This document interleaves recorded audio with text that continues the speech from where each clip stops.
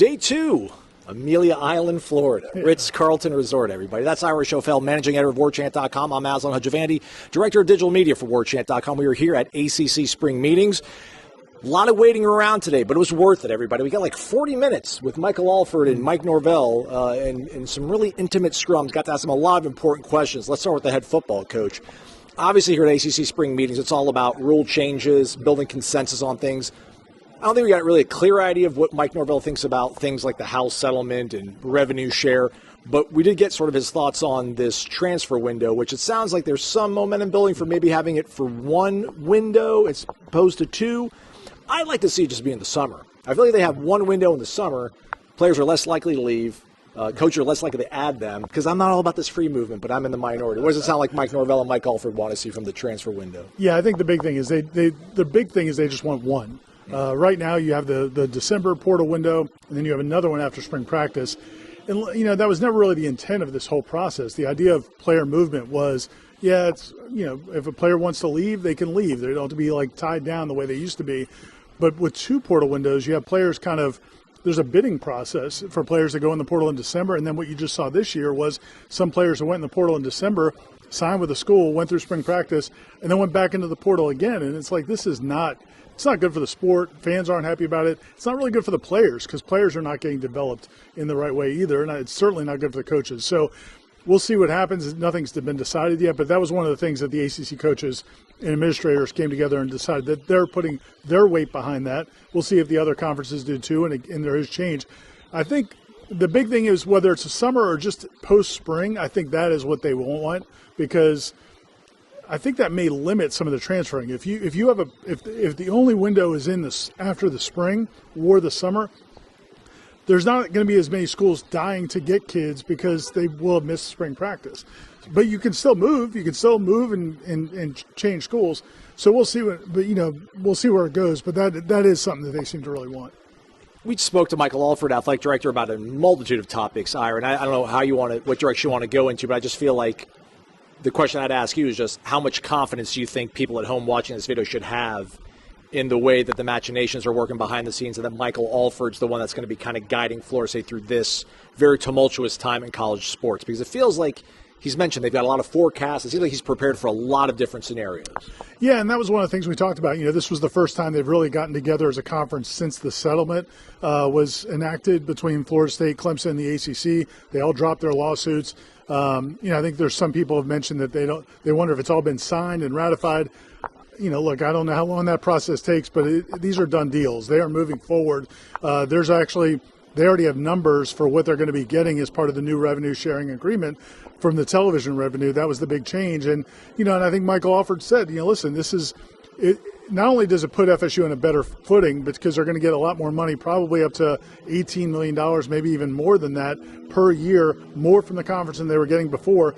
And that money's not new money. That's coming from some of these other schools who are now going to get less money because they don't draw the same TV ratings. So that was a big part of it. But the other big part of it, he spoke pretty openly about this, was one of the reasons they wanted to sue and go through that process was they needed to know when they can get out. And before, there was no date. There was just estimates based on, what the length of the contract till 2036 with the ACC. And then people had theories about what it would cost FSU to get out of it. Well, now they know. It's definitive. That was part of the settlement. If they leave by 2030, it's going to cost this. If they leave after that, it's going to cost this. And so, and to his point was, it's not even about necessarily just dying to leave the ACC to join an existing conference. But what if there's a super conference? What if there is, just a different format? They want to have a definitive plan for when they can leave, and now they have it, and they're getting a lot more money to boot. Yeah, the flexibility aspect, right? I think he said something about the fact that we just want to be able when these opportunities arise. And I don't know, again, it could be Super League. It could be the fact the SEC contract comes up at some point. Obviously, Big Ten contract comes up around that 2030 deadline. Let's talk a little more brass tacks. I guess the actual football program itself. Mike Norvell mentioned, I think, Memorial Day is when they'll report back to get things ready for summer workouts. Also, back to Michael Alford real quick, Doak Campbell saying will be ready. He's very confident he'll be ready. He's going to be ready by the end of July, he says. They're going to have it open in August. It doesn't matter how many times he tells us that. People are still going to ask, is it really going to be ready? He says, now listen, I thought that was interesting. He said that not only is it going to be ready by July for them to move in for August, there sounds like they may have a couple of practices in the new stadium in August during preseason camp and maybe invite some of the people that bought tickets in the lower bowl, some of the high rollers, maybe not everybody, but, he's that confident that they're already scheduling those events during the month of August. And I don't know who's more ready to put 2024 behind them and look at 2025 than Mike Norvell, but he took some questions from some of the media out here just about what happened last year. How difficult was personally the last season for you going through that week after week? Difficult. What could be different this year? And I thought it was really kind of, we don't get a lot out of Mike, and God love him, and he makes himself available, and he'll answer any question you have. A little guarded sometimes. Yeah, but I felt like it was really it really, to me, caught my ear to hear when he said that. He kind of paused and was like, for me, it's much more about who we are recruiting than what we are recruiting, because it felt like, I think he said that last year they got away from that. It was much more about what you were as a recruit. How do you interpret that? I think maybe Jeff's got the PhD in Norvellese translation, but you got a master's degree. I'll do my best part. Yeah, no, it's a continuation of things he's kind of alluded to at different times.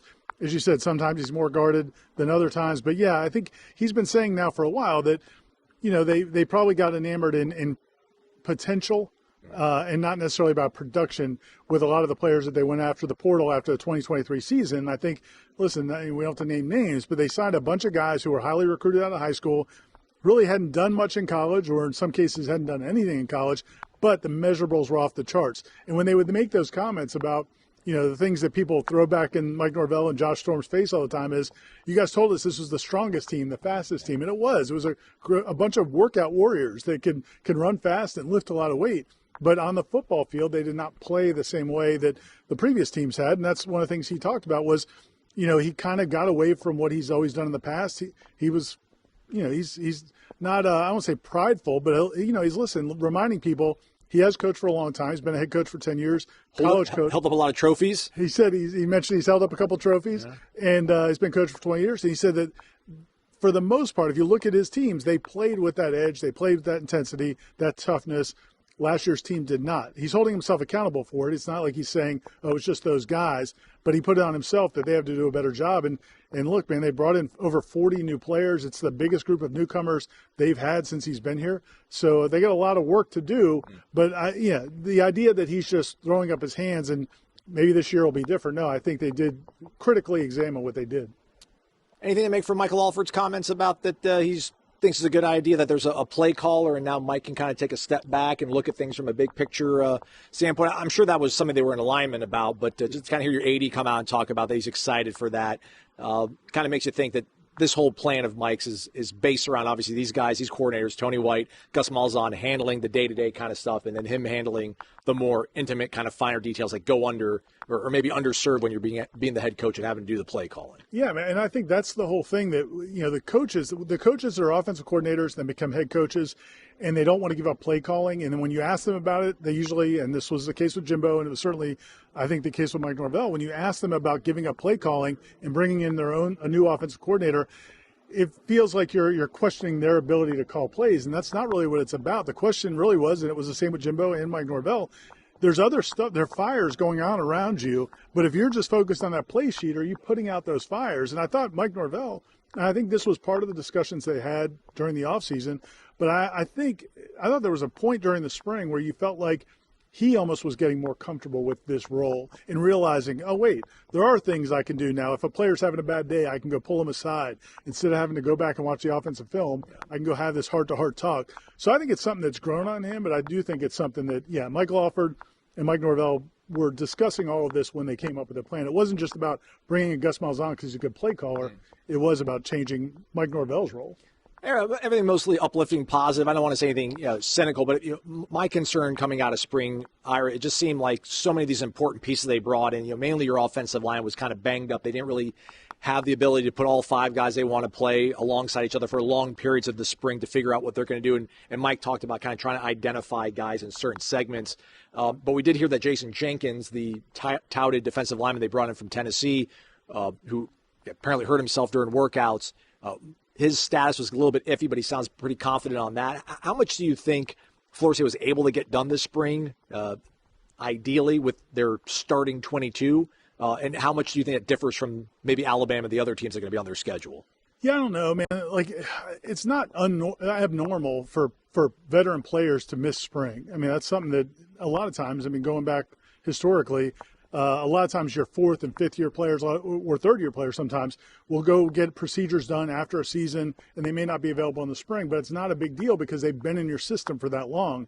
Who cares? It's fine if they miss some reps. The challenge here is you brought in a bunch of veterans, and now they're playing in a new system, new scheme. A couple of the guys that are going to be playing for Tony White on defense played in his system before. A couple of the guys on offense played for Gus Malzahn before. So there are those guys. But, yeah, there's a whole bunch of them. Even though they played years of college football, they maybe haven't played in these systems, in this scheme with these teammates. It's definitely not ideal, but I just think it's just going to be the nature of the game now when you're bringing in older players who have played years of college football. A lot of times they need procedures, and you're not going to do that before the fall. You're going to do it after the season, and that affects the spring. So it's definitely not ideal, but I'm guessing it's probably happening more often in other places. Now how many of them also bring in a new offensive coordinator and a new defensive coordinator to go with these new players? That's probably accentuated. It's probably a worst-case scenario, but they do have the summer. That's one thing that Coach Henshaw, when we mentioned in Henshaw's house, which you can read at warchant.com, he mentioned that at least now they have so much activity in the summer. There's so much access to the players. They actually get to do drills with the players, so that should help. Whereas in the old days, kids went home for the summer, and so that's not the case anymore. Apparently that's the case in basketball now, too. Guys get together and do some player-run stuff. We spoke to Coach Luke Laux, who's been busy crisscrossing this state, this country, trying to get recruits, trying to get his staff fully engaged.